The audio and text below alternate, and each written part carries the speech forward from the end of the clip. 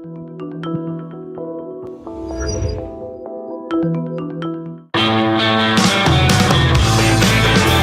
is the Gerry Callahan Show. So here's where we are on this Monday, March 17th, St. Patrick's Day. Happy St. Patrick's Day. Congratulations to Rory McIlroy, Irishman, who didn't wear green on this St. Patrick's Day, for winning the Players' Championship in a 3-hole playoff this morning. It was pretty uneventful, anticlimactic, beating J.J. Spawn. Congratulations to Donald Trump for winning another club championship at the age of 78. He took a bow yesterday for winning yet again. He didn't actually win. It's kind of silly. We'll get to it, but big day, big weekend for Donald Trump. But here's where we are. If you're keeping track, keeping tabs, if you're a Democrat, if you're anti-Trump, anti-MAGA, here's where your party stands today. 56 days into Trump 2.0. You are now the party that supports boys and girls locker rooms, boys and girls sports. You're the party who supports open borders. You're the party who supports endless war in Ukraine. You're the party that supports fraud and corruption in the federal government and stands dead set against Elon Musk and Doge rooting out that corruption. You support Mahmoud Khalil, a Hamas-supporting scumbag, leading the protests, the violent protests at Columbia. You support keeping him here in the United States. For what? I don't really know, but you want him here. And now you support keeping Tren de Aragua gangbangers, MS-13 gangbangers, here in the United States, in your community, in perhaps the most revealing move we've seen yet in this battle for hearts and minds in America. A judge, a Democrat judge, a devout left-wing judge, attempted to stop flights of gangbangers, criminals, killers, rapists, stop the flight from leaving the United States, going to El Salvador, where these criminals are now imprisoned. A judge, one guy, James Boasberg, sitting in his office in D.C., decided, no, the president's not in charge of the executive branch. He's not in charge of foreign policy. I am. I'm the man. And he said, turn those planes around. I had to read this 3 times. This is madness. This is insane. This is what the Democrats have going for them now. A bunch of activist judges sitting in their offices around the country deciding they have the power over the executive branch, that they can order flights full of criminals, illegal alien criminals, to turn around, come back to the United States, and, set them free in the community again. Obviously, we've been following this closely. Everybody's been following the crime wave, migrant crime wave, caused by Joe Biden, Kamala Harris, Alejandro Mayorkas, the Democrat Party. They want these people here, MS-13 guys with tattooed faces, with long criminal records, set free by whoever, Venezuela, Guatemala, Mexico, wherever, to come here, because we had an open border. They wanted to get rid of these people, and they did. They dumped them here in the U.S. So Trump won, obviously, largely because of his promise to reverse this policy, close the border, get these people out. And he's doing it. He's shut the border. The border is closed. You've seen the numbers. There's a 96% drop in border crossings. Tom Homan and his crew are doing a wonderful job. And Trump vowed to get the gangbangers out, the worst of the worst. And he's doing it. So they arrest them. They have 238 TDA members and 23 MS-13 guys. They put them on a plane in Texas, and they send them to El Salvador because we made this wonderful deal with Bukele, the president of El Salvador, where he's going to take our prisoners for a fee. we're going to pay him a fee. It's going to cost us a lot less to imprison him there than here. Seems like a win-win. So we put him on a plane, handcuff him, put him on a plane, and a judge says, no, not so fast. Well, the good news is the Trump administration ignored this order, of course. And then the Democrats said, we have a constitutional crisis. Yes, this is from Mark Zaid. He's a national security attorney and a critic of Trump and a big Democrat. He writes, court order defied, first of many, as I've been warning, and start of a constitutional crisis. And he called for Trump to be impeached. Now, if the Democrats controlled the House, that might happen. But you want to impeach? You want to fight over this? You want to take the side of returning these horrible people back into the United States? This is exactly what I voted for, and exactly what I think 77 million other Americans voted for, to get these criminals out. This is a video that was released by Bukele from El Salvador, and it's absolutely glorious. If you haven't seen it yet, it is video of them arriving in El Salvador, police escort to the prison, and they're all shackled, handcuffed, and for some reason they push their heads down and make them walk hunched over into the prison. They show you as they cut their hair and put them in prison jumpsuits and line them up against the wall. This is where you're headed.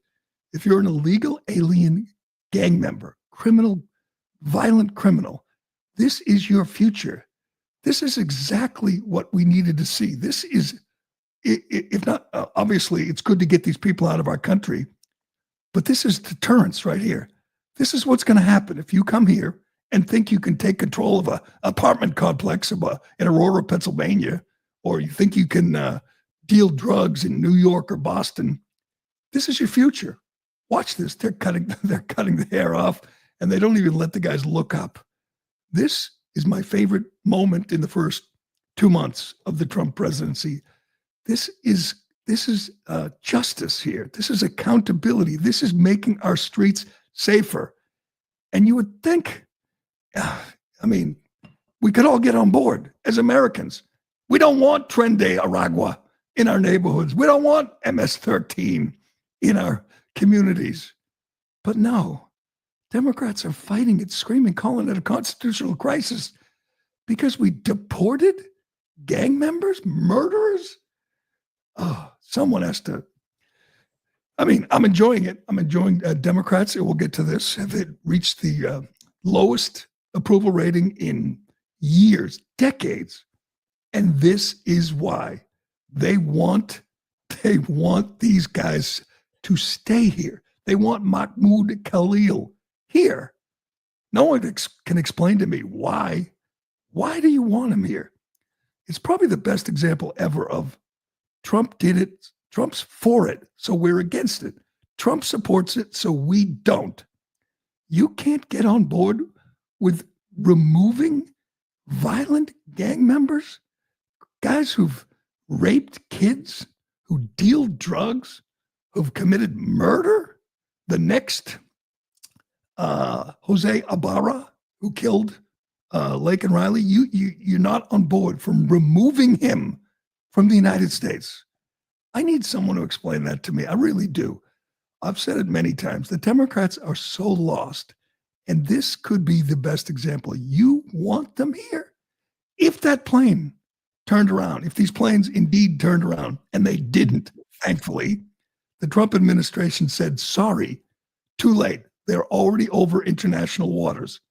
So they made an effort to get the planes to turn around and bring them back to the United States. Why? Why? Other than Trump did it, what's your explanation? That we were going to reform them? They're going to be valuable members of our community? It's simply remarkable. The White House said the issue will end up in the Supreme Court and they will win. Carolyn Levitt said they did not defy the order. The order came too late. Too late. It was already gone. There's an immigration activist that tracks planes out of the United States to see where they're sending these scumbags. And they saw this flight to El Salvador, and they immediately started calling all the rest of the immigration activists and judges and lawyers, and they got the court order, and it was too late. And that's a great thing. And here's the result. And Bukele, who is just a wonderful ally and partner, he tweeted out yesterday morning. This could be the greatest tweet of all time. They said we order those planes to turn around. The president of El Salvador tweets, ooh, can you get that up for me, Ironhead? Are you paying attention? Are you awake? Are you with me? Bukele tweets out, oopsie, too late. The perfect response for these absolute fools, these clowns that wanted Tren de Aragua to stay in your neighborhood. They wanted MS-13. They wanted gangbangers, killers, murderers here. That's now the official stance of the Democrat Party. No. You can't do that. They deserve due process. Again, why? Why? Are you going to put that tweet up or not? Oh, yeah, I am. I had the headline, the screenshot. Can you just put the tweet on the screen for me, please? There it is. Okay, can you put it up so I can see it? Nayib Bukele. Oopsie, too late, with a little emoji. This is the president of El Salvador. He's got these 238 TDA guys and 23 MS-13 guys, and they are not coming back anytime soon. Trump invoked the Alien Enemies Act of 1798. Democrats invoked this in the 1940s to intern Japanese Americans. Republicans invoked it to remove gang members and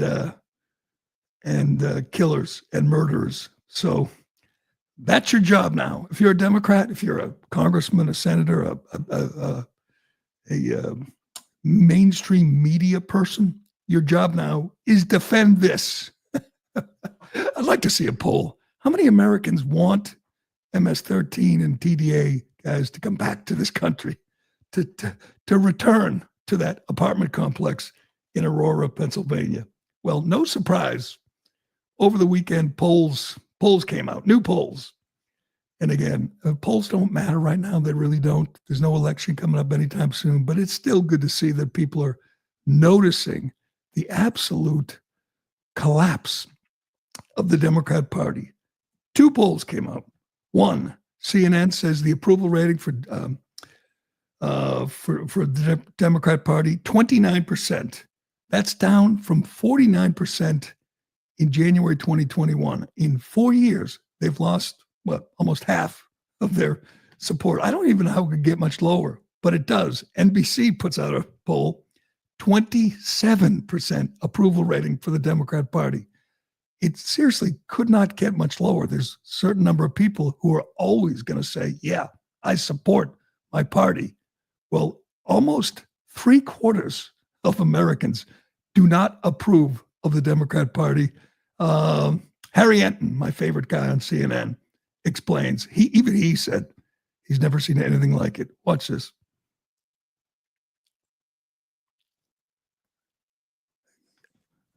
Large and Democrats have, I can't help but think of Chubby Checker. Why is that? Because the question is, how low can you go?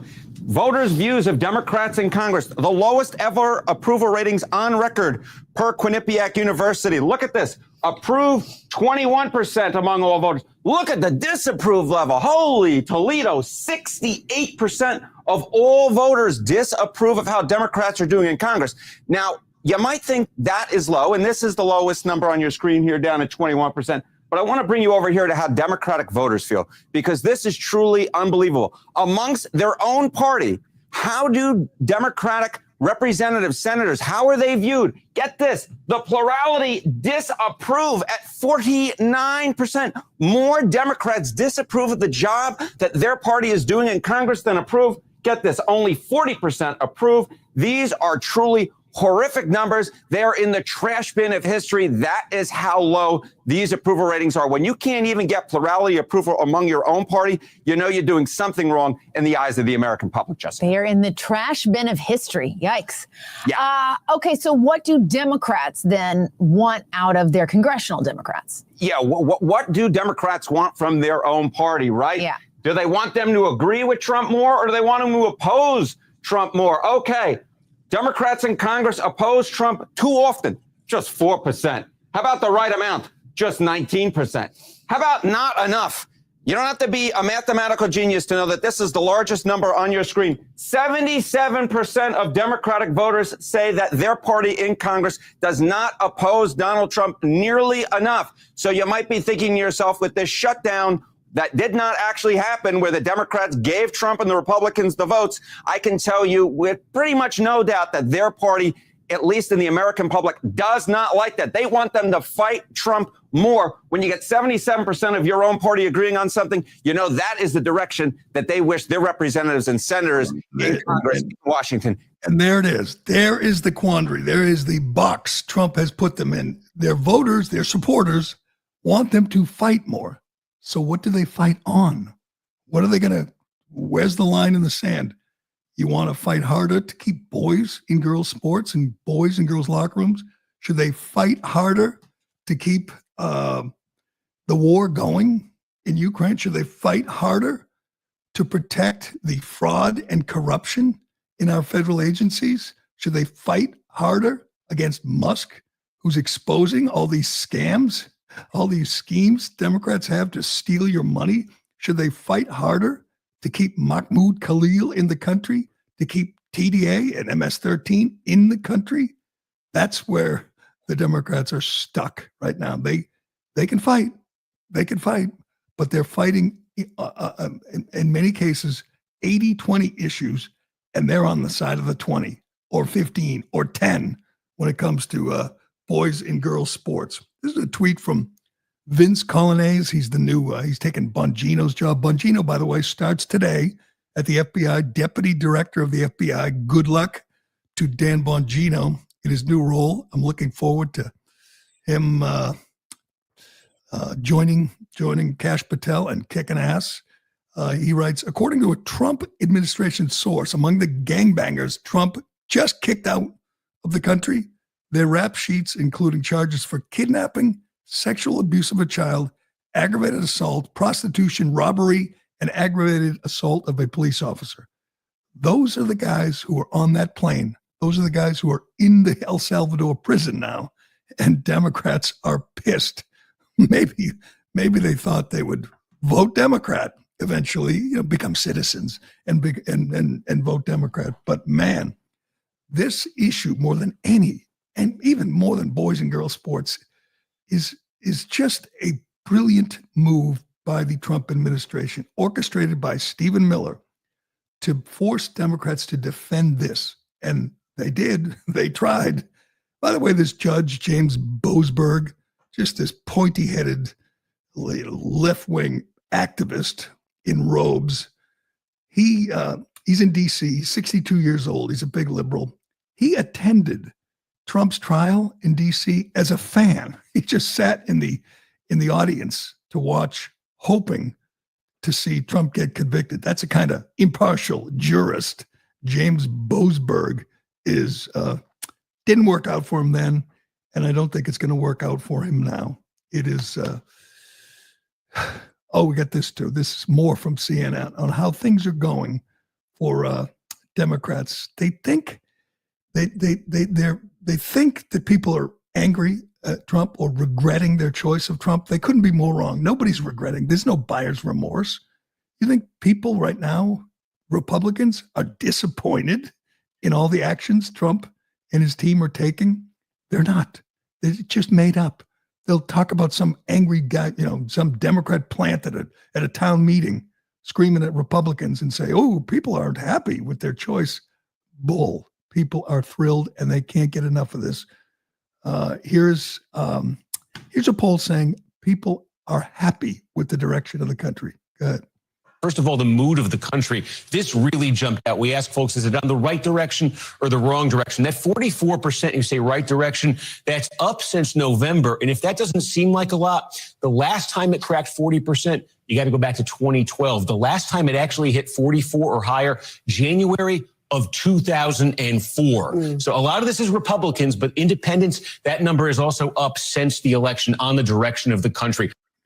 20, what did he say, 2004?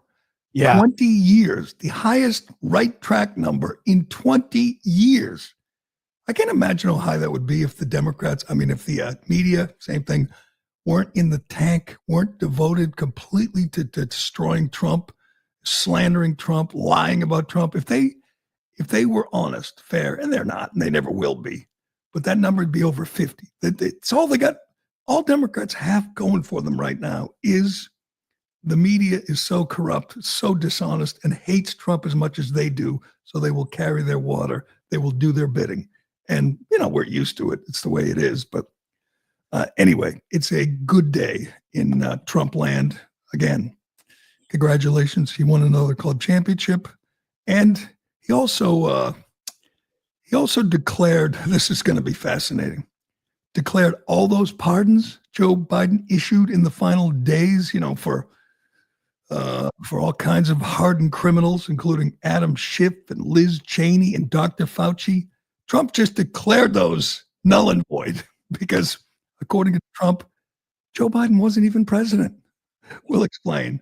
We'll get to that and more. But first. Excuse me. All right, a reminder to pick up your Callahan coffee. It's simple. And by the way, I heard lots of reviews over the weekend. I told you I saw a lot of people, and they all tell me how good the Callahan coffee is. Proudly roasted to order in Waltham, Mass. We ensured that you're getting the freshest and highest quality coffee beans possible, delivered right to your door. Try it. Check it out. Just go to CallahanCoffee.com or click the link in our social media bio to order now.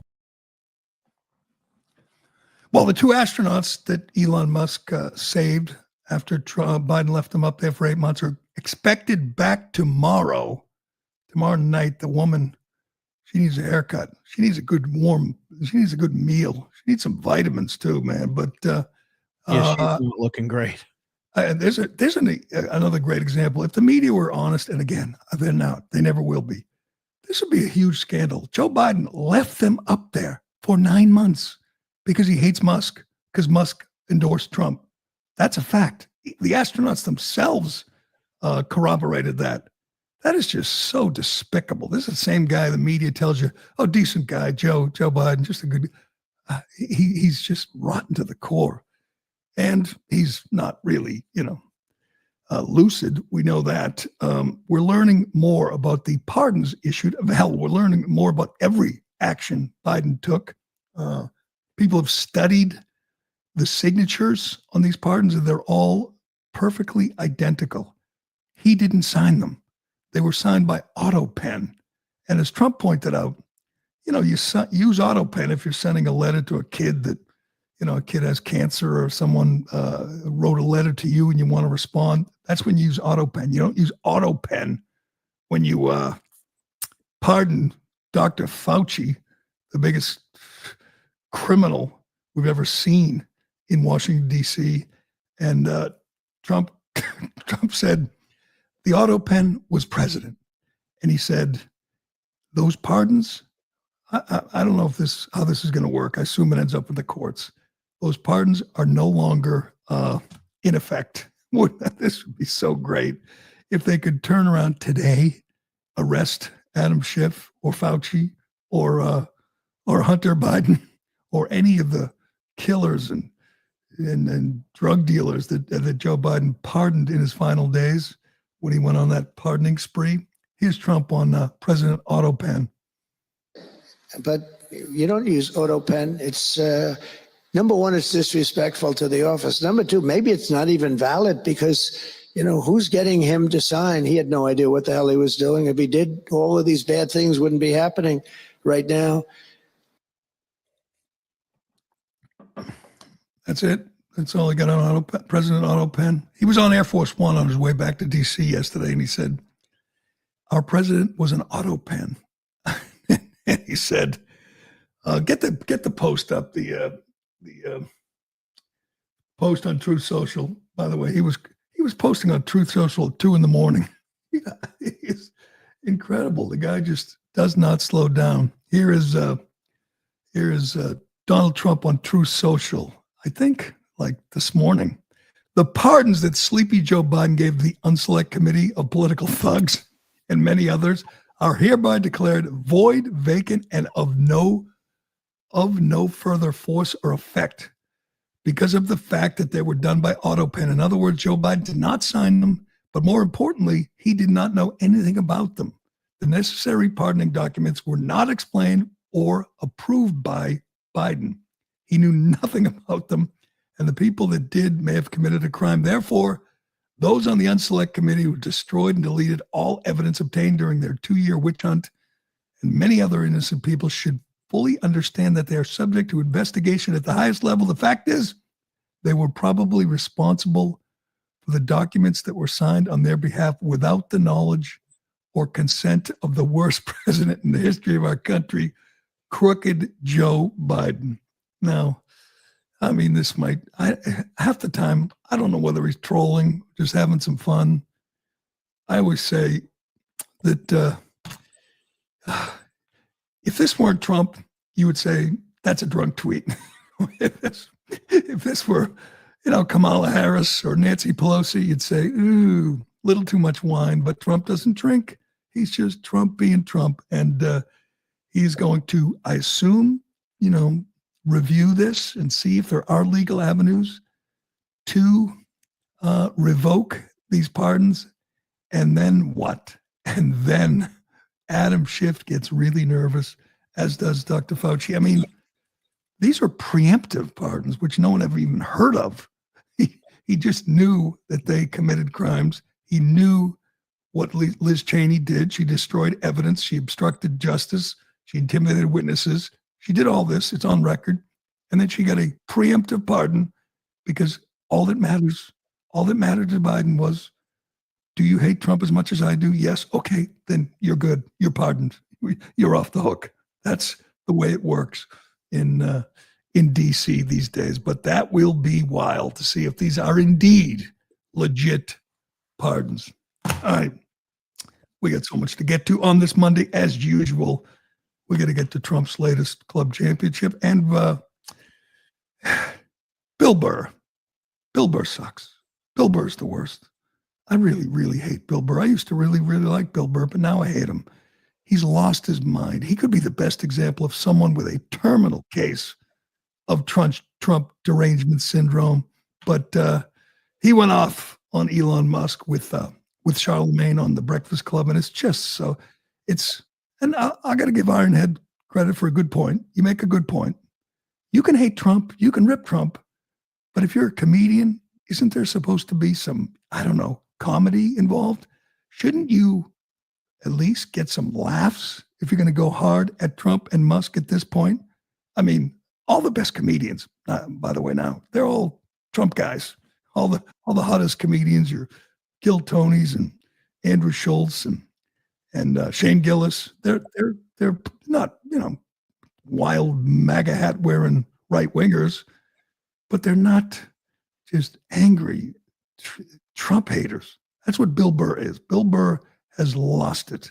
He has lost it. And I'm telling you, he's a huge star, and he's made a lot of money, and he's going to get to keep it all, and he's going to get to fly his helicopter. But I think a lot of Americans are just disgusted by this guy and have completely bailed on him. Here he is with Charlemagne explaining how Musk, because, Musk is trying to eliminate fraud, corruption, and waste in the federal government.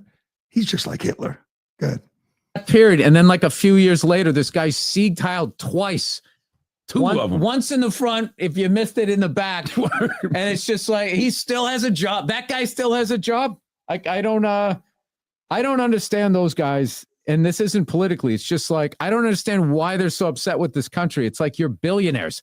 I think it's working for you. Like why are you going and telling everybody, justify what you do? It's like, fucking justify what you do. Mm-hmm. That piece of shit car that you're making that the government financed. No? But you know what you just said? You said that Elon still has a job. He's the richest man in the world. There's nothing they can do to him. And that's all he proved. There's nothing anybody can do to him by throwing up when he did that.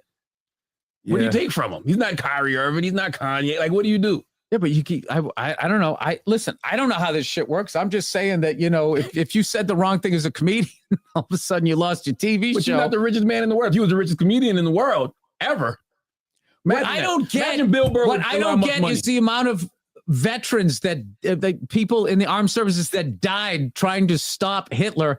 And then this guy comes in, and does that while being an immigrant too, which is kind of the whole thing. Just none of it like tracks how you can be the support the troops, America, love it or leave it. And then this guy comes in and gives a shout out to Hitler. I mean, you can't be serious. You can't be serious, Bill Burr. A shout out to Hitler? I mean, I know he's not that smart, but is he that dumb to think people actually believe Musk gave a shout out to Hitler? Doesn't understand how people can support the troops and support a guy who's trying to eliminate, who, by the way, volunteered. He's not getting paid. In fact, he's losing billions and billions to do what's best for the country, to clean up DC. Finally, my whole life, presidents, politicians have promised to clean up DC, eliminate waste and fraud. We played you the videos. We played you the sound. Obama said it. Biden said it. Clinton said it. Gore said it. They all say it.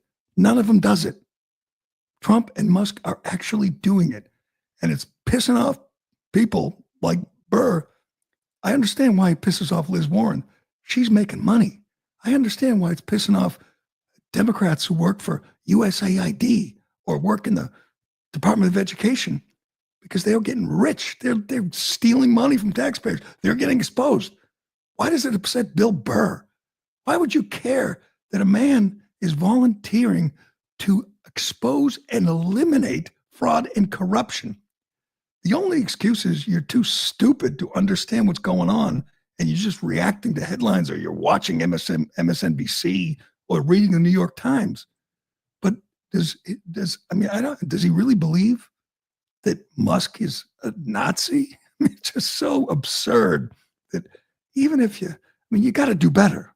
If you hate Trump, there's plenty of material. Hell, make fun of his golf game, make fun of his whatever, make fun of things he says. And so you're actually going to claim Musk is a Nazi and the troops should stop him. That was Bill Burr's take.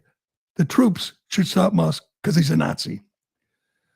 Well, as usually happens in these cases, there's a long, he's got a long documented history. And Bill Burr used to actually make fun of people who called other people Hitler, which he should, because there's only been one Hitler. There's no other Hitlers.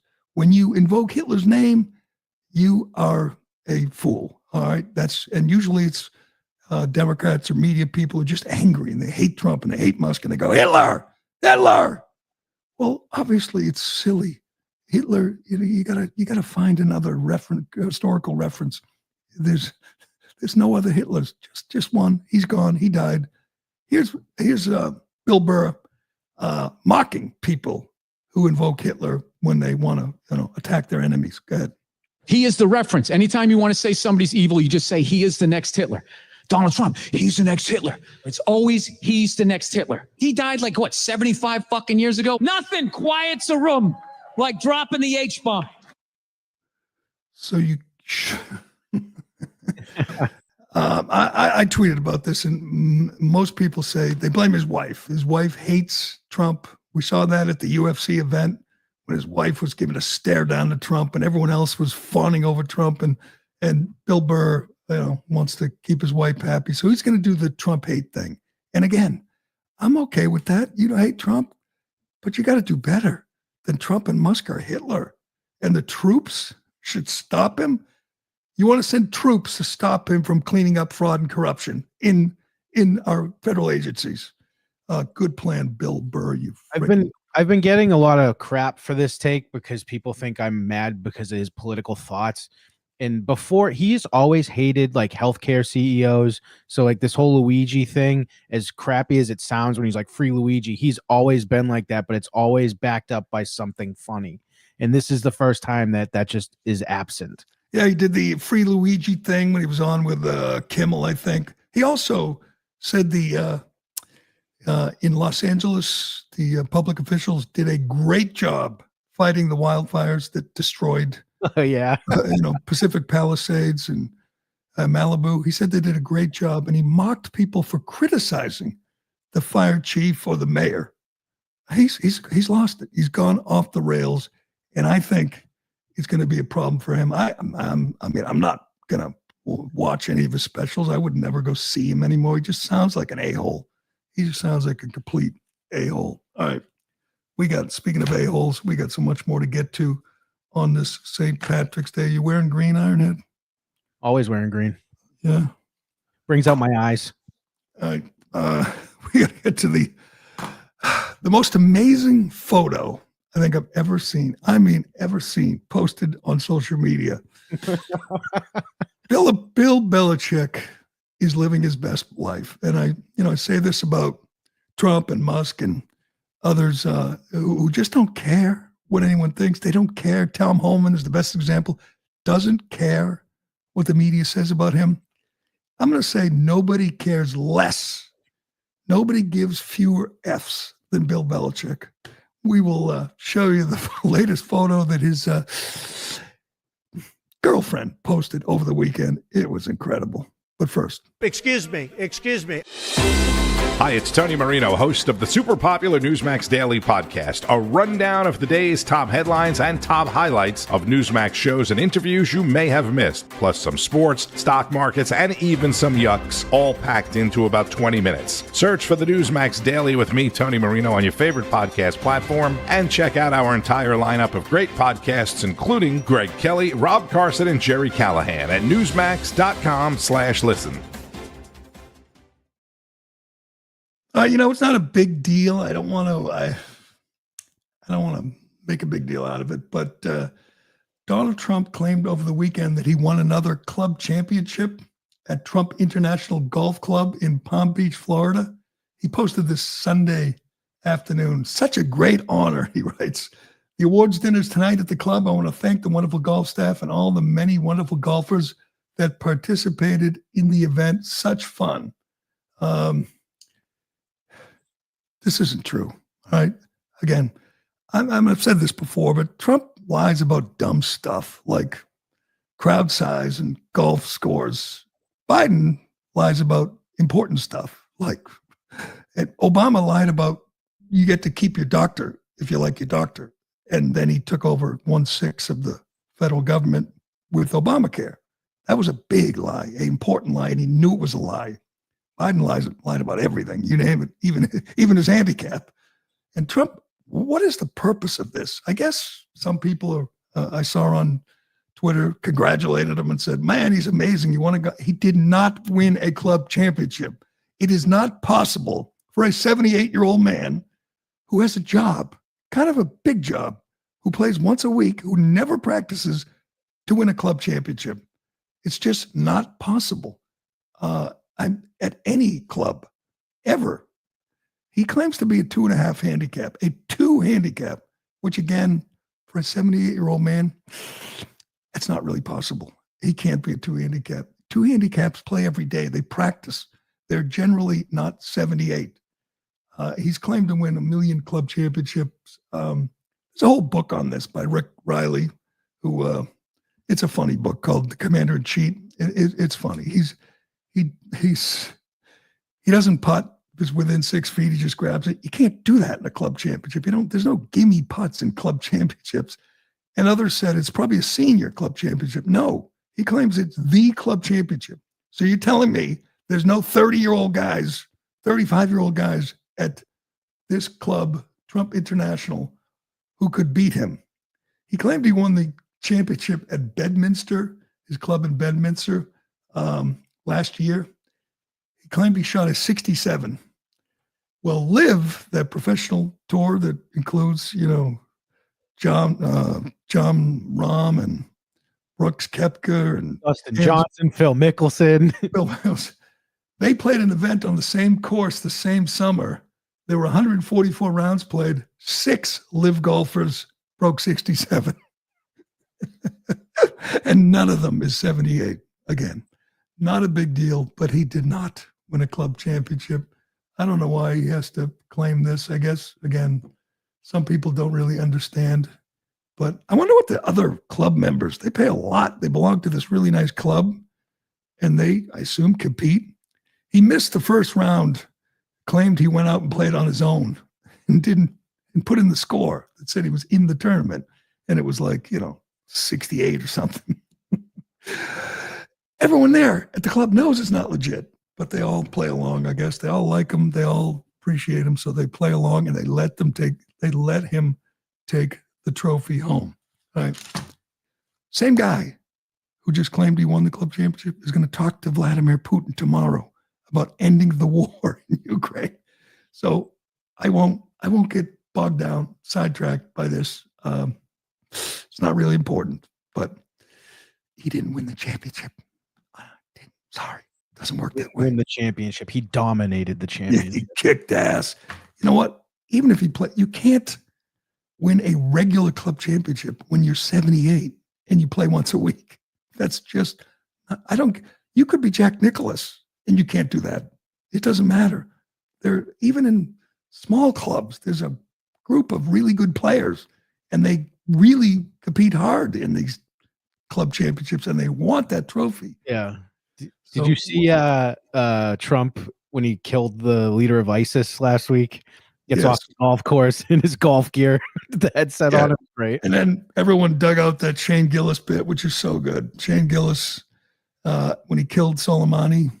Oh, yeah. And he said, this is actually like word for word what Trump said. He died like a dog. That's probably the most viral Shane Gillis bit of them all, and it's great. He does a great Trump. I know. I said, Albert, don't cry. Yeah, get that.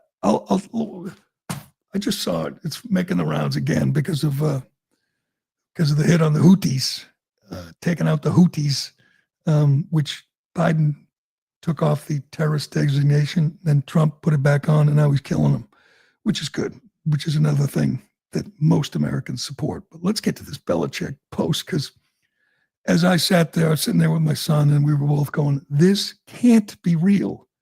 This has got to be AI, Photoshop, something. It's real. If you're just listening, not watching, this is just amazing. I mean, I don't know what to say. Bellichick is on the beach. He's flat on his back with his legs in the air. He's holding up his girlfriend, the 23-year-old. She's like flying. It's like a little kid. It's like what you would do with your, 10. I'm pretty sure I did this with my daughter when she was 10 on the beach. You're flying. This is a 72-year-old man with his 23-year-old girlfriend and 7-time Super Bowl champion. 6 times. The greatest football coach in history, the greatest NFL coach in history. And just now is going to college. First time ever coaching in college. He's coaching at University of North Carolina. It's rumored that part of the deal, he gets to live in his girlfriend's dorm with her in her dorm room, which is good. Keep these kids together. But you don't have to, it is ridiculous. He's 72, but you have to respect it because he just doesn't care. He does not care. Most people would be like, how's it going to look? How's it going to play? He doesn't care. He never has cared what anyone thinks about him, but this could be the greatest example ever of a celebrity just not giving a damn what anyone thinks. As somebody tweeted, they said, what do you suppose they're talking about in the locker room at UNC? That's our coach. That's the great Bill Belichick, the Hall of Famer, the legend. And that's his 23-year-old girlfriend. He's just having a good time. He's just enjoying life on the beach, I assume, in North Carolina, maybe he's at the Outer Banks with his young chickie having a blast. It's just incredible. That's a picture that no one ever thought that. This is a guy who wouldn't smile for an entire season, who wouldn't joke, who was just dour, and that was his personality. Well, it's different now that he's at UNC. Not sure how he's going to do. We will find out. Not sure how he's navigating, NIL, or how he's doing recruiting. But man, all eyes will be on Carolina in the fall. It's going to be fascinating to watch him coaching in college for the very first time. How is that going to go? We will see. But all right, let's do Shane Gillis. We need to on this St. Patrick's Day, because Trump took out some Houthi fighters. Targeted strike in Yemen went well, as far as we know. But this is a look back to when he took out Soleimani. I think it was Soleimani. And Shane Gillis. Al-Baghdadi. Oh, it was al-Baghdadi. I was one of those terrorist dogs who died like dogs. But he just nails this. And this is the new king of comedy. Bill Burr's done. He's yesterday's news. He's a total loser and an henpecked a-hole. That's Bill Burr. The crown now belongs to Shane Gillis. Let's watch. I missed the Trump speeches. Trump gave what I think was probably one of the greatest speeches of world leaders given. It's got to be up there with like Churchill, Gettysburg Address. Anyway, for real though, it was my favorite speech I've ever seen a president give. It was the night the United States killed the leader of ISIS. Trump comes out of the Situation Room at like midnight in the White House, and he walks down that fucking tunnel like he gives a press conference, like he's giving a post-game NBA just killed a guy press conference. He walks up in front of the entire world at midnight and just goes, Abu Bakr al-Baghdadi is dead. He died like a dog.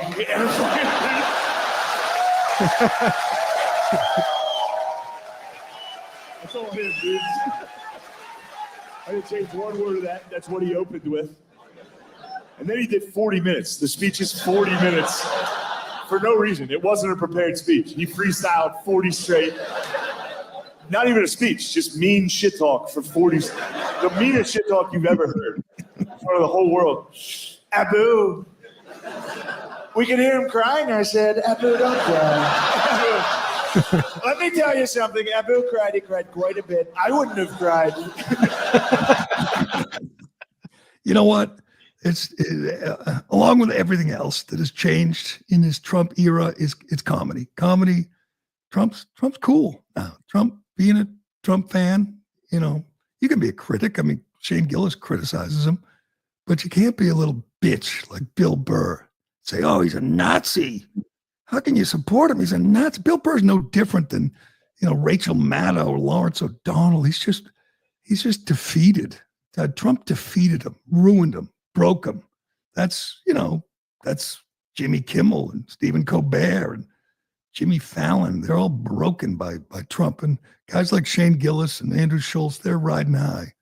He's changed everything, including comedy in this country, and he's changed it for the better. And that's a wonderful thing. But we will leave it there for today. Tomorrow, the astronauts come home, finally freed by Elon Musk, that Nazi, and Trump talks to Putin. What a big day tomorrow. Imagine those astronauts' joints when they get back to gravity. Oh my God. I don't know how that works. I saw an astronaut talking about it. It says it takes like 5 or 6 weeks to get used to gravity.